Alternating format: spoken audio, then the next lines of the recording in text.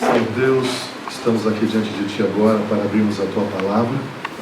Que o Senhor esteja conosco, nos instrua, que o Teu Santo e Bom Espírito agora nos capacite a compreendermos a Tua vontade, fortaleça a nossa fé, ajuda-nos a termos a bendita esperança da Tua volta e usa nós e a nossa igreja para pregarmos a bendita esperança da Tua volta. Pedimos o perdão para os nossos pecados e pedimos também que os Teus santos anjos estejam aqui conosco, nos livrando de todo o mal e toda aflição, em nome de Jesus. Amém. Bom dia, Igreja de Pinheiros. Bom dia aos nossos irmãos que nos acompanham pelas redes sociais. É um prazer estarmos aqui com vocês, neste local hoje, nesta casa de oração para todos os povos. Eu espero que você tenha vindo aqui disposto, como cantamos uma das músicas, para recebermos o Espírito Santo e sairmos em ação pelo Senhor hoje para salvarmos almas. Agradecemos ao pastor Enildo, nosso amigo pessoal, já há 27 anos, trabalhamos juntos, e graças a ele foi quem me estimulou a ir fazer teologia e pedagogia para servir a igreja, e já servimos a igreja há 22 anos, na área de educação, e é muito bom estar com vocês, é bom abrirmos a palavra. Eu só quero fazer uma menção aqui à questão do Quebrando o Silêncio. Ontem eu estive com a nossa equipe de alunos, para aqueles que conhecem ali o crematório da Vila Alpina, nós estivemos ali com eles fazendo a ação, levando os alunos para divulgarmos essa nossa campanha e esse nosso projeto, e ontem ali distribuímos 400 revistas orientando as famílias. E essa é uma das minhas grandes preocupações como diretor de escola adventista. Infelizmente, a violência ela não tem diminuído. Ela pode até ter mudado de forma, na realidade, no sentido de não ser mais violenta fisicamente. Mas hoje ela tem sido violenta emocionalmente. E todos os dias eu chego naquele colégio, onde eu já trabalhei nas nossas escolas, e eu vejo o quanto as nossas crianças precisam ser protegidas. E ontem uma aluna disse assim para mim: diretor, mas se a gente conseguir apenas que uma pessoa ler a revista, mas se essa única ler e salvar uma criança, valeu o nosso dia, pode ter certeza. E o que a igreja estará fazendo hoje é um trabalho para salvarmos essas crianças. É para conscientizarmos a sociedade de que nós temos que cuidar delas. Eu sei que alguns dizem assim: puxa, eu tenho visto as pessoas falarem sobre o ECA. O ECA, ao invés de ajudar, atrapalha. Vou dizer uma coisa para vocês: o ECA só passou a existir em 1990 porque nós como sociedade não soubemos cuidar das crianças. É por isso que o ECA veio. E para nós como igreja não precisa existir um ECA para dizer a nós: cuide das crianças. Pelo contrário, independente disso, eu tenho que cuidar das crianças. E o que Deus quer que a gente faça é uma ação sim, para ajudar esses pequenos desta violência, infelizmente, que existe não só aqui no nosso país, mas em todo o planeta Terra. Que Deus seja exaltado hoje nas nossas ações, que crianças sejam salvas, pais conscientizados e o amor de Jesus seja apresentado a todos. Eu quero falar para vocês sobre felicidade. Você sabe o que é felicidade? Você sabe ser feliz? Quando nós olhamos para a sociedade de hoje, eles tentam nos apresentar um esquema de felicidade. As pessoas tentam nos apresentar que ser feliz hoje é você ter sucesso. Ser feliz é você olhar para um filho e vê-lo realizado profissionalmente. Ser feliz é você estar bem, com saúde. Ser feliz é você realizar o sonho de ter um diploma. Ser feliz é ter coisas. Ser feliz é conquistar coisas. E a sociedade tem passado isso. E o mais interessante, se você for em Harvard hoje, um dos cursos mais frequentados é de um professor indiano hoje, que dá aulas sobre felicidade. A humanidade busca ser feliz. A humanidade está desesperadamente buscando ser feliz. Até porque, como eu disse, a violência física partiu para o lado da violência emocional. E essa violência emocional tem tornado o ser humano cada vez mais doente. Basta ver o aumento da depressão. A depressão hoje é a doença mais incapacitadora do trabalho. E ela continuará aumentando. Hoje, pelo menos 300 milhões de pessoas estão incapacitadas emocionalmente. Foi feita uma pesquisa, uma das minhas pós foi em neurociências, e foi feita uma pesquisa nos 5 maiores centros populacionais do mundo, para vermos como anda a emoção das pessoas, né, a capacidade deles de lidar com os problemas. E infelizmente, o centro mais doente dos 5 maiores centros do mundo é a Grande São Paulo. Foi pesquisado a Grande Nova York, a Grande Tóquio, a Grande Pequim, Grande Bombaim e São Paulo. E desses 5 centros populacionais, infelizmente, São Paulo está entre os mais doentes emocionalmente. De cada 10 habitantes na Grande São Paulo, que são cerca de 22 milhões de habitantes, 3 estão com problemas emocionais. E desses 3, 1 tem doenças emocionais graves. Isso tem feito com que as pessoas aumentem o uso de medicações para que a gente possa tentar sobreviver. E aí pergunta a você, você quer ser feliz? A Bíblia, na realidade, através das palavras de Jesus, nos mostra o que é felicidade. Mas antes de nós abrirmos a Bíblia, eu queria falar para vocês sobre um quarteto que Deus nos deixou que nos leva à felicidade. Um quarteto que a gente não os vê, mas eles trabalham dentro da gente de uma maneira intensa e profunda. É chamado o quarteto da felicidade.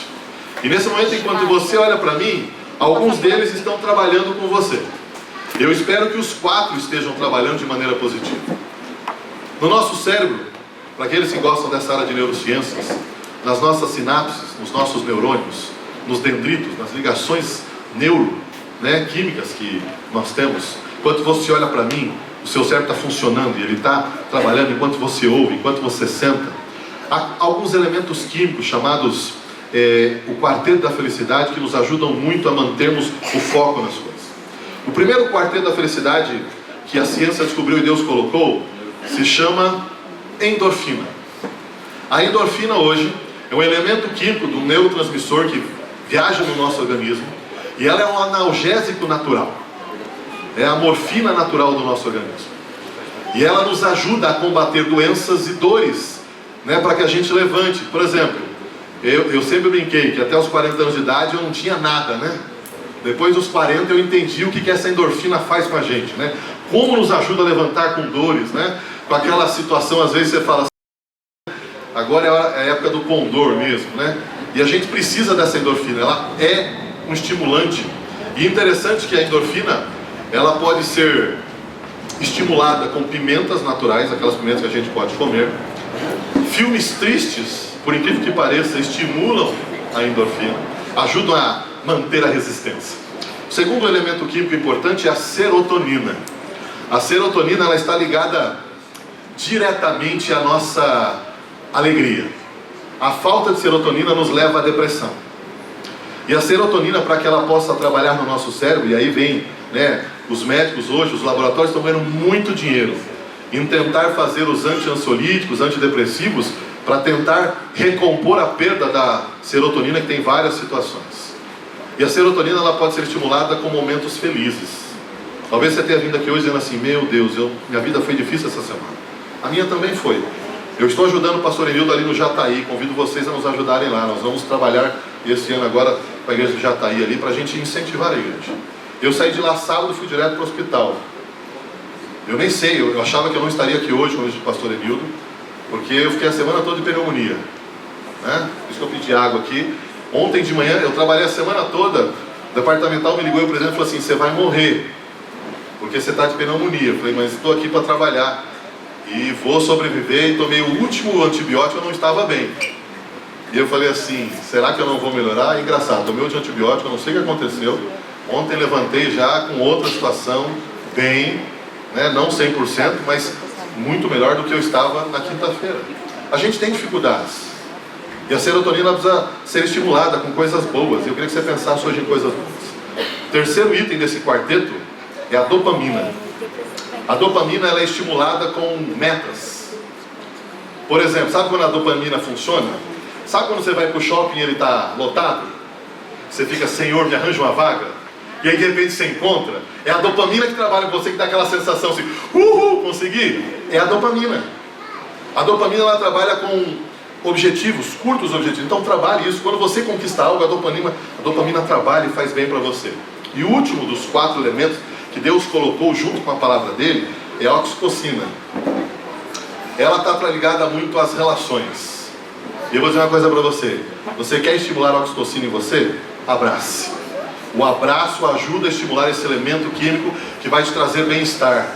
E inclusive vai permitir que o Espírito Santo trabalhe com você. E eu quero te oferecer hoje o caminho que Jesus propôs para a felicidade. É um caminho que ele disse na Bíblia que eu e você podemos alcançar a plena felicidade Na verdade é um caminho que tem 9 subidinhas, 9 degraus. E eu quero falar com vocês. Eu quero que você abra a sua Bíblia. Primeiro no livro de Mateus, nós vamos ficar em Mateus em 2 porções bíblicas. Abre Mateus, lá no capítulo 11. Em 3 versos que talvez você e eu tenhamos há anos lido e às vezes a gente não consegue compreender, talvez vivenciá-los ou se entregar completamente para entender o que Deus está dizendo. E aqui Mateus 11, os últimos 3 versos do capítulo. Verso 28, verso 29 e o verso 30. Vamos ler juntos. Vinde a mim todos os que estáis cansados e sobrecarregados, e eu vos aliviarei. Tomai sobre vós o meu jugo e aprendei de mim, porque sou manso e humilde de coração, e achareis descanso para a vossa alma, porque o meu jugo é suave e o meu fardo é leve. Quantas vezes eu não tenho visto pessoas lendo esses versos e olhos assim: Senhor, eu tenho vivido a minha vida na igreja e não consigo encontrar descanso. Eu tenho vivido a minha vida e não encontro alívio. Eu tenho vivido a minha vida e o meu fardo continua pesado. Eu queria dizer uma coisa para vocês. Quando Jesus diz assim, ó, vinde a mim, todos que estáis cansados e sobrecarregados, ele termina dizendo assim, eu vos aliviarei. Essa palavra aliviar vem do grego chamado anapausis. E essa palavra anapausis tem um significado interessante que diz assim, eu quero cessar o seu sofrimento. Eu quero interromper a sua dor. Mas para isso você precisa deixar com que eu more no seu coração. Eu preciso que você abra o quartinho da bagunça e deixe eu entrar para te ajudar. Porque depois ele diz assim, tomai sobre vós o meu jugo e aprendei de mim, porque sou manso. A palavra manso aqui no grego significa praus, e nós vamos usá-la daqui a pouco de novo. A palavra praus, é interessante a palavra mansidão. A gente tem um preconceito com essa palavra mansidão. Um dia uma mulher falou assim para mim, meu marido é manso demais, é muito frouxo. Eu falei, irmã, a palavra manso não tem a ver com ser frouxo. Tanto é que a Bíblia diz que Moisés foi o homem mais manso da terra. A palavra mansidão do verbo praus significa, é aquele que tem controle das circunstâncias e não se deixa afetar por elas. E Moisés foi assim. Vocês se lembram bem que no único momento que ele se deixou afetar, o que aconteceu? Ele feriu a rocha, e era para ele ter falado. A mansidão é aquele que não se deixa levar pelas circunstâncias. Às vezes a gente está em casa, às vezes na igreja, em qualquer lugar, alguém nos diz algo e a gente leva aquilo como a última palavra dita nas nossas vidas. E Cristo está dizendo assim, toma cuidado, irmão, meu filho. Não deixe as palavras te ofenderem. Tenha controle das circunstâncias. Não é o seu chefe, não é o seu filho, não é um aluno, não é o seu companheiro de trabalho que tem que te tirar do sério. Tenha controle, ele está dizendo sobre isso. E termina dizendo assim, porque o meu jugo é suave e o meu fardo é leve. A palavra suave aqui, no verso 30, vem do grego krestos, que significa ser útil, ser atencioso e ser gentil. Eu tenho dito nos últimos anos para a igreja o seguinte, você pode ser alto, baixo, magro, gordo, feio, bonito, você pode ser da Arábia Saudita, você pode ser da Argentina, você pode ser do Brasil, você pode ser rico ou pobre, você pode ser da esquerda, da direita, você pode até ser corintiano, mas não seja chato. Não seja chato. O céu não é um lugar para pessoas chatas. O céu é um lugar de pessoas que amam pessoas. O chato incomoda, o chato divide. E você sabe o que eu estou falando. Às vezes culpavam os cunhados, né, na família. Eu sempre pergunto para as minhas cunhadas, eu como cunhado, eu sou chato, se for me fala, porque eu não quero ser aquele que chega quando está a festa, ele chegou. Pelo contrário, eu quero que vocês sintam minha falta. Às vezes na igreja, eu falo que alguns irmãos vão para a comissão só para estragar a comissão. Eu tenho dito para esses irmãos, você é muito chato, sai daqui. Vai se cuidar primeiro. Porque Jesus está dizendo assim, você quer ajudar a resolver os seus problemas? Seja gentil, seja agradável, dê um sorriso, colabore. E aí Jesus diz assim, isso vai te ajudar a subir os degraus da felicidade. Eu queria que você fosse comigo ali agora, ainda em Mateus, lá no capítulo 5. Inclusive, nós estudamos na lição dessa semana, um dos dias falou sobre esse capítulo 5. Eu quero que você veja comigo alguns critérios interessantes. Jesus estava aqui no Sermão da Montanha. As pessoas estavam ouvindo Jesus falar, e as pessoas estavam encantadas com o discurso de Jesus Cristo. E esse discurso falava de mudanças, e havia 3 grupos de pessoas ali. Havia os líderes, que queriam um Jesus político, havia a classe média que queria um Jesus que pagasse as contas, e havia os pobres que queriam que Jesus lhe desse comida. Ambos os grupos queriam que Jesus resolvesse os seus problemas, esperando que com o discurso Deus os arrebatasse dali e eles então pudessem alcançar os sonhos dessa terra. E Jesus então olha para eles, pede que eles se assentem e começa dizendo assim: bem-aventurados humildes de espírito, porque deles é o reino dos céus. Jesus começa dizendo assim: bem-aventurados, vem do grego makarioi. Makarioi significa ser feliz. E Jesus olha para aquela multidão e olha para nós hoje e diz assim: você quer ser feliz de fato? Eu vou te dizer o caminho, eu vou te dizer quais são os degraus dessa escada. E ele olha e diz assim: bem-aventurado os humildes de espírito. E é interessante que a gente interprete esse verso de maneira inadequada. E a gente muitas vezes fala assim: eu nasci humilde, então eu vim de uma família humilde, então eu já garanti os céus. Não é isso que Cristo está falando aqui. A palavra humilde vem do verbo grego pitchos. E o que ele está dizendo aqui? Bem-aventurado aqueles que se reconhecem necessitados de mim, aqueles que se reconhecem pecadores e que precisam de Cristo. É aqueles que vão pegar o seu eu e vão depositá-lo aos meus pés, para que eu ajude a transformar a sua vida. Se você estiver nesta condição, bem-aventurado é você, porque do reino dos céus lhe pertence. Só que eu vou dizer uma coisa, irmãos: esse é o degrau mais difícil de subir da vida, que é o degrau que eu tenho que baixar a guarda. É o degrau em que eu tenho que olhar para mim e dizer assim: não sou melhor do que os outros. Às vezes olhamos para certas pessoas e nos achamos superiores. Eu não peco como ele. E essa é uma sensação do orgulho, o pecado que destruiu o universo e nos colocou onde estamos nessa terra. E é por isso que Cristo começa dizendo: bem-aventurados os humildes de espírito. Reconheça que você precisa de mim. Você pode ter talento, saúde, mas eu lhe dei. Se entregue, abra o coração. Deixa esse coração de pedra virar um coração de carne. É isso que Cristo está dizendo. E eu vou dizer: se você não subir esse degrau, você nunca será feliz com Cristo. Você nunca entenderá o que é uma vida e ouvir a voz de Deus. E ele diz assim depois: bem-aventurados que choram, porque serão consolados. Do grego penteó. Aqui ele diz assim: quando você se reconhecer um pecador e for a mim, o meu amor vai te constranger. O meu amor vai fazer você chorar. Eu venho de uma família italiana de um lado e os Saraivas de Pernambuco do outro lado. E aprendi que homem não chora, homem não beija. Até que um dia meu pai foi parar na UTI. Aí eu entendi que homem chora. Aí eu entendi que homem beija. Cristo quer nos converter, e quando Ele nos converte a gente chora. E o choro faz parte do reconhecimento que somos pecadores e precisamos dele. E Ele diz assim: eu vou consolar você.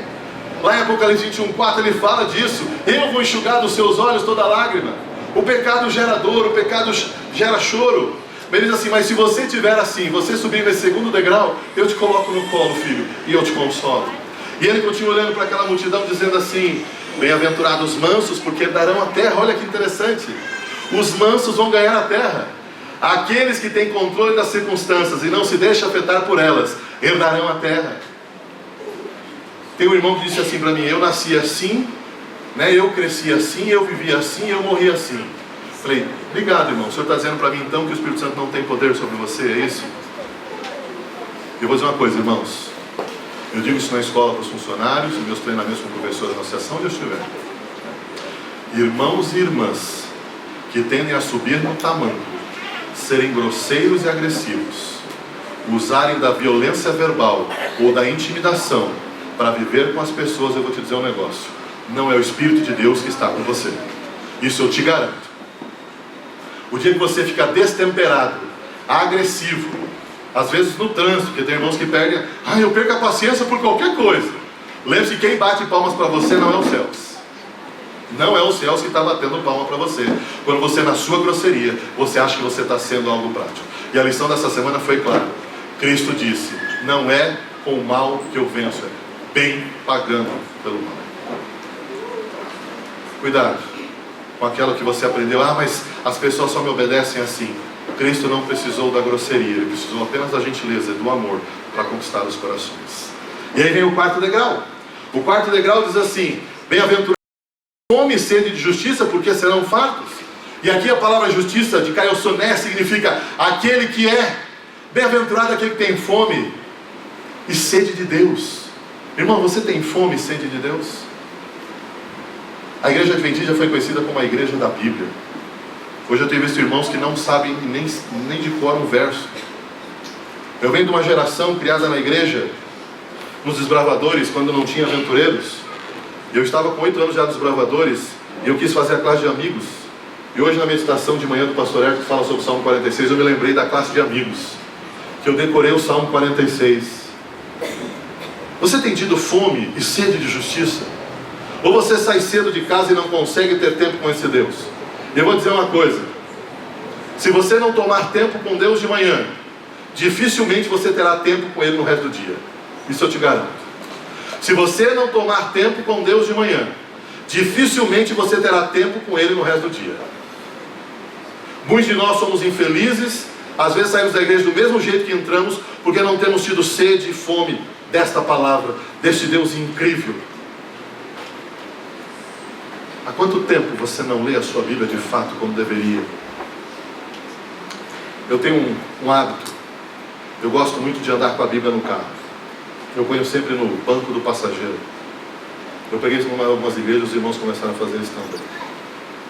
Eu levo a Bíblia, eu coloco no banco e ela vem comigo e falo: Senhor, se o Senhor quiser dirigir, dirija. E eu quando olho eu não falo assim, só me guia, não. Se o Senhor quiser dirigir, dirija. Eu vou dizer uma coisa para vocês. Meus últimos 3 carros, minha esposa bateu um deles, mas eu nunca bati, nunca furei um pneu, nunca precisei ficar preocupado em parar no trânsito, a não ser uma outra situação. A gente precisa ter fome dessa palavra, a gente precisa viver com ela. Às vezes as pessoas falam: por que você está com a tua Bíblia? Eu falei: eu preciso dela, me faz bem. Às vezes eu ponho o rosto na Bíblia simplesmente para poder entender que a palavra dele tem o mesmo poder que o toque dele. Você quer ser feliz? Retome a Bíblia e ore mais. Tenha fome e sede de justiça, porque Deus vai fartar a sua alma em terras áridas, porque a Bíblia diz isso. E aí vem o outro degrau, um degrau importante na vida e nos relacionamentos para nos deixar felizes. Diz assim: bem-aventurados misericordiosos, porque alcançarão misericórdia. A palavra elemone significa agir em favor do outro. O que a gente tem estudado na lição é ação direta. Eu só queria abrir um parênteses rapidamente aqui. Para quem já leu aquele livro Peregrino, de John Bunyan, um dos livros mais antigos e mais vendidos, lá na trajetória do cristão ele encontra um outro cristão chamado Tagarela. O Tagarela tem tudo na boca para explicar o que é fé, mas não tem nenhuma ação feita. O que eu mais tenho visto na igreja hoje são tagarelas. Falam muito bem, mas praticam muito mal. Deus tem me ensinado lições profundas. Eu gosto muito do departamento da Adriasa, já trabalhei em grandes projetos para a igreja. Uma das lições simples que Deus me ensinou foi no ano de 2013. Teve uma enchente aqui entre São Paulo e Guarulhos, ali na Fernão Dias, Edu Chaves. Minha esposa reuniu o pessoal: vamos ajudá-los, e nos movimentamos para conseguir colchão, cama, tá? Eu lembro que eu cheguei da escola e cheguei em casa, havia algumas sacolas. Dentro das sacolas havia uma toalha. Sabe aquela toalha sua, que você se relaciona bem com ela? Aquela que enxuga, que te acompanha? Eu olhei e falei assim: o que a toalha está fazendo aí?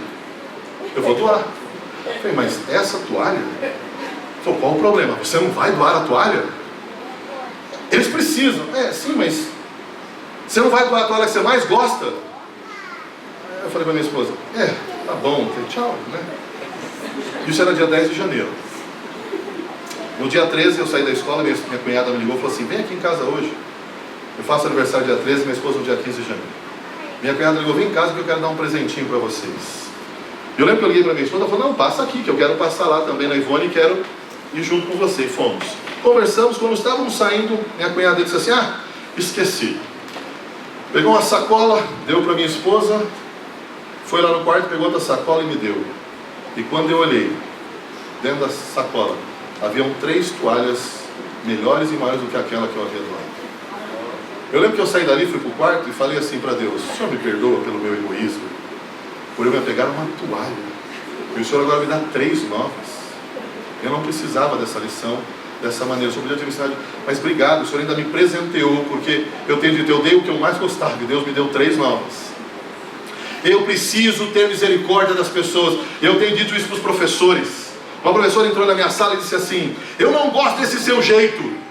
Os alunos saem daqui felizes, eles têm que sair daqui tristes, eles têm que sair daqui com medo, eles têm que sair daqui sabendo que quem manda, eles têm que sair daqui aterrorizados. Eu falei: professora, eu não vou agir assim. Ela falou: você tem que agir assim, eles vão ser humilhados.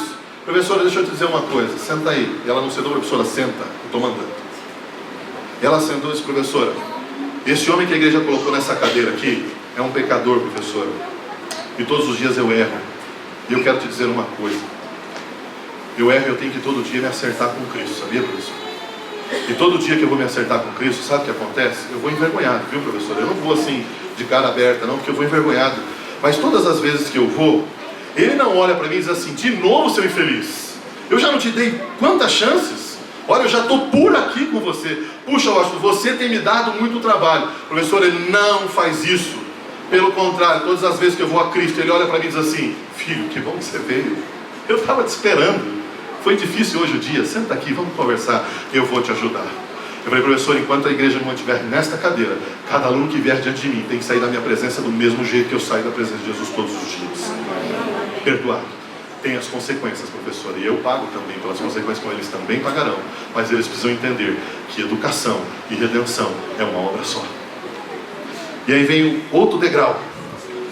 Bem-aventurados limpos de coração, porque verão a Deus. Você já se imaginou vendo Deus? Se tem uma coisa que eu quero é ver Deus. Eu tenho uma cartinha escrita das coisas que eu quero dizer para Deus. Mas todas as vezes que eu pego essa carta dos meus dizeres, eu tenho me emocionado. Porque eu acho que a única coisa que eu vou fazer quando eu olhar para Ele é chorar. É chorar e agradecer por eu estar lá. É olhar para aqueles olhos, os mesmos que olharam para Pedro, um olhar de perdão e de redenção.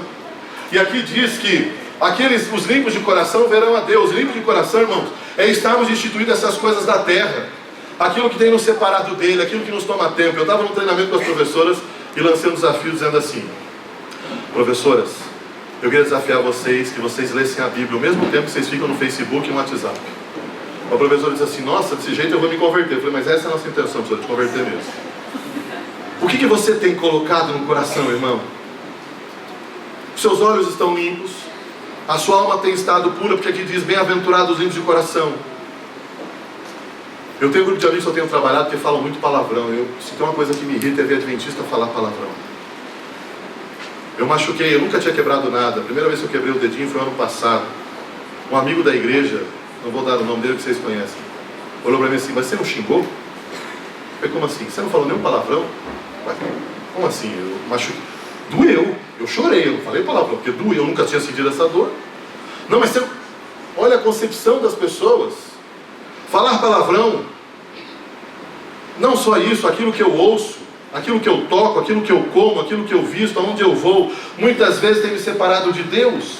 E aqui ele diz que os limpos de coração, eles vão ver a Deus. Irmão, você quer ver a Deus?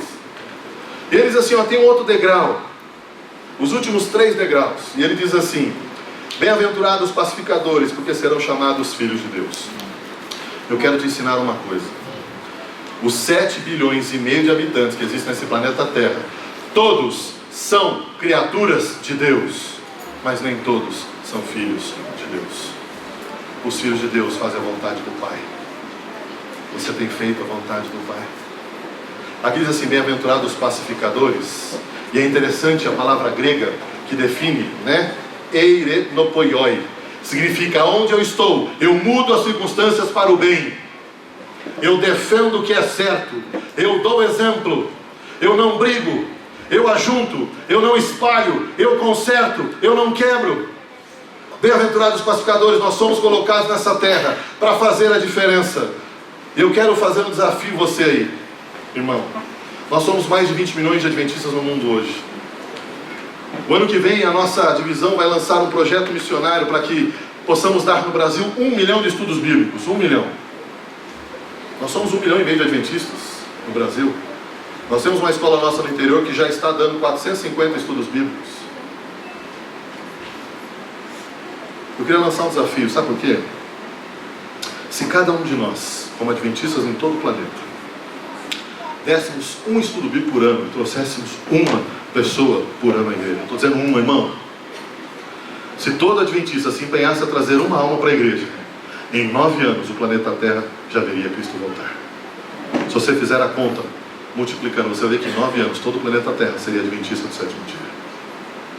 Eu estou falando de você trabalhar com uma pessoa, mano, e durante 9 anos trabalhar com 9 pessoas. Você tem amado as almas, você é um pacificador, sabe por quê? Porque nós vamos para os últimos 2 degraus, e daqui a gente caminha para o final. Ele diz assim, Bem-aventurados os perseguidos por causa da justiça, porque deles é o reino dos céus. Eu não sei se alguém te contou isso no estudo bíblico ou de um dia te disse na igreja, mas servir a Cristo tem um custo. Ellen White diz que aqueles que servem a Cristo serão perseguidos pelo diabo. Olha bem a sua vida hoje. Se ela está muito boa, você precisa rever algumas coisas. Eu não estou dizendo que quando ela não está boa significa que é perseguição, mas muitas vezes são nossas escolhas. Mas ela diz que aquele que ama Cristo, Satanás vai fazer de tudo para destruí-lo. Nós temos um preço alto a pagar nessa terra, irmãos. Eu lembro que quando eu fui fazer o mestrado, a primeira tentativa que eu fiz, eram 120 candidatos para 5 vagas. Eu estudei muito, eu estudei demais para fazer o mestrado. Lembro que fui na época que era a Universidade de São Marcos ainda, ali no Ipiranga. E eu lembro que eu fiz a prova. No dia do resultado, fui colocado numa sala, e aí nos chamaram, e aí os professores sentaram numa banca e disseram assim para mim: parabéns, você passou em segundo lugar. A dopamina nessa hora foi lá em cima, de satisfação.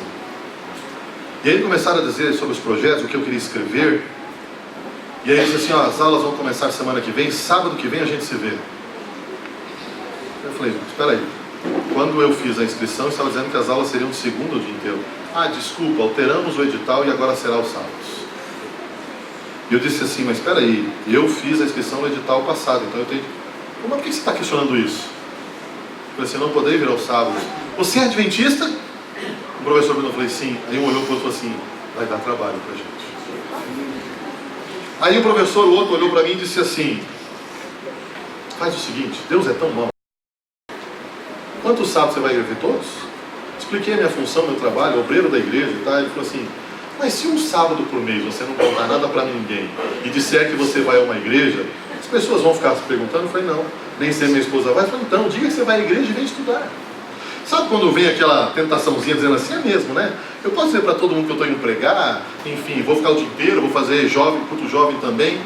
Mas aí veio a outra voz, graças ao bom Deus, e disse assim: não faça isso. E eu disse para ele assim: olha, não vou fazer. Você vai perder uma oportunidade, olha, você vai ser o segundo. E outro detalhe que eu não te contei: você vai ter bolsa de 80%. Saí dali mal, falando para Deus: puxa vida, é isso que o Senhor quer? Enfim, comecei a fazer o mestrado. Depois eu vou ver vocês, trabalhar na área acadêmica é muito difícil. Para um cristão não é fácil. Sofri muito, fui muito retalhado, fui muito perseguido, fui muito criticado. Eu vi professores tentando me boicotar porque eu nunca deixei de falar no que eu acreditava. Demorei mais do que os outros para fazer, mas Deus me conduziu. E sabe o que é a perturba? A professora que mais me perseguiu, eu vou dizer aqui, uma esquerdista de projetos sociais. Ela foi no dia da minha banca e eu falei para a minha orientadora: não traga ela, professora, ela já me deu muito problema. Ela já me fez sentir muito mal, ela quase me fez desistir do mestrado. E eu terminei a minha defesa, a professora Silvia do NASP estava junto, pró-reitora do NASP, eu a convidei. Terminei a dissertação e eu falei sobre a adolescência e os efeitos que os bravadores podem fazer de maneira positiva. Consegui escrever no meio científico defendendo os bravadores como um órgão de Deus para salvar jovens no meio acadêmico. E aí terminei, ela veio e me abraçou e disse assim: parabéns. Quando você começou o curso, eu tinha uma visão sobre crente. Eu sempre achei crente burro, idiota e ignorante. Mas você testou todos os meus limites, inclusive todos os meus conhecimentos. Parabéns. Obrigado, professora. Aí veio a parte mais legal da história. Apesar da perseguição que sofri, ela terminou dizendo assim: ora por mim. A vida não vai ser fácil, irmãos. E o último degrau diz assim: bem-aventurados sois quando por minha causa vos injuriarem, vos perseguirem, e mentindo disserem todo mal contra vós. E aqui eu quero caminhar para o fim. Eu quero falar da história de John Huss e Jerônimo. John Huss foi um dos maiores pregadores da Reforma. Um homem que arrebatava centenas de milhares falando do amor de Cristo.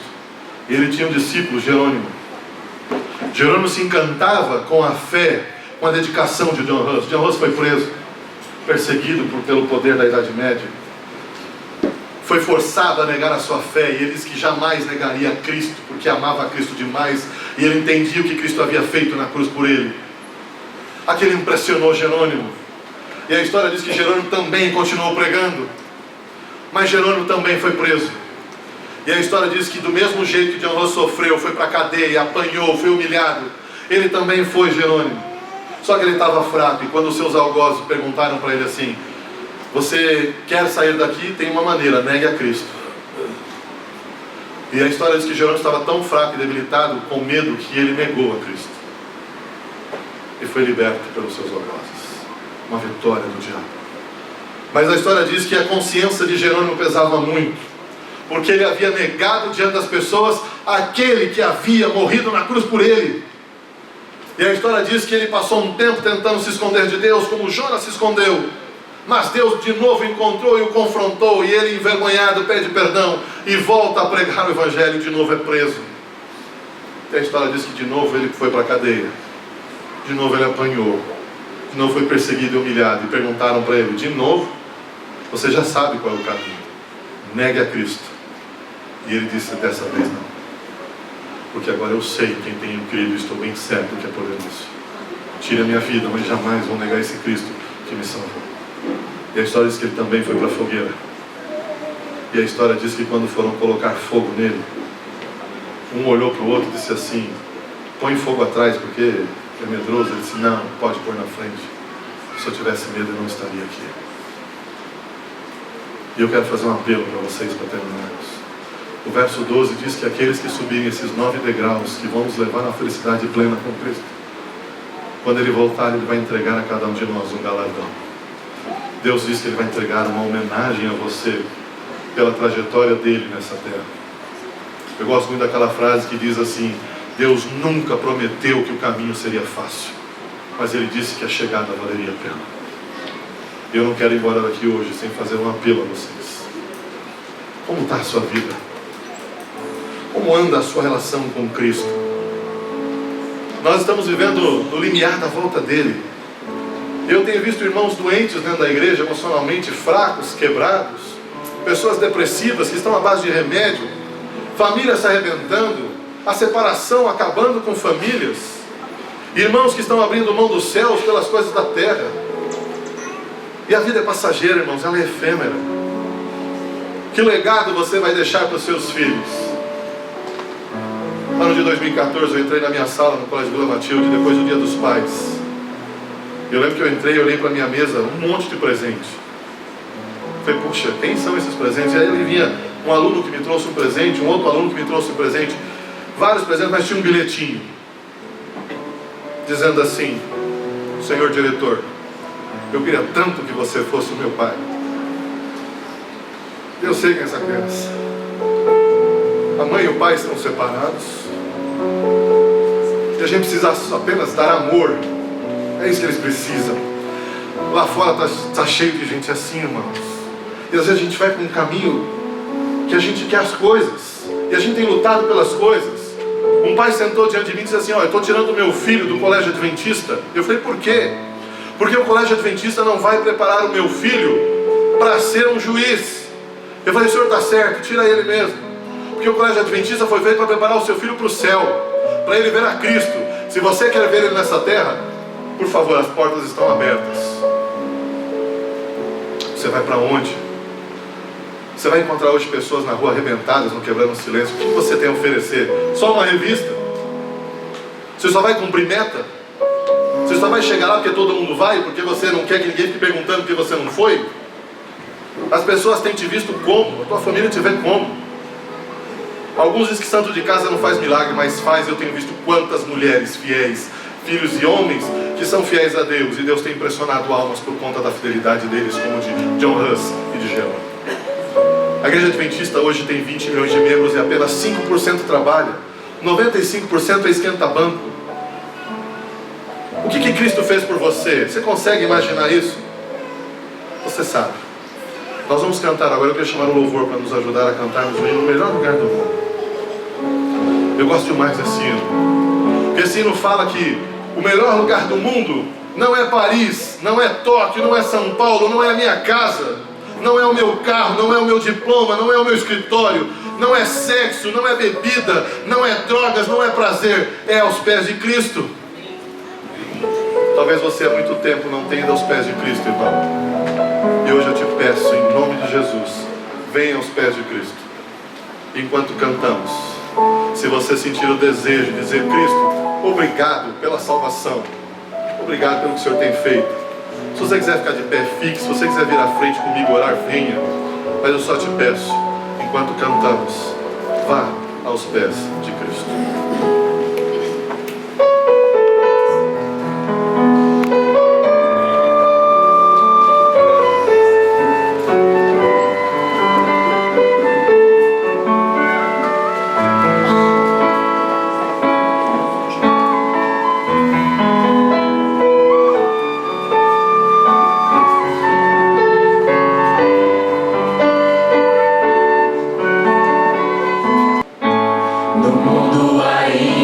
Existem belezas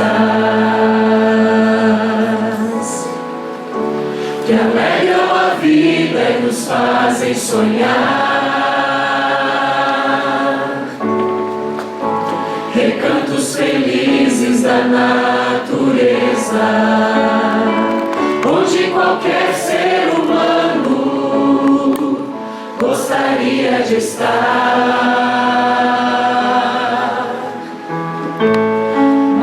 De todos os lugares, o mais bonito e inspirador é onde fico em oração, junto aos pés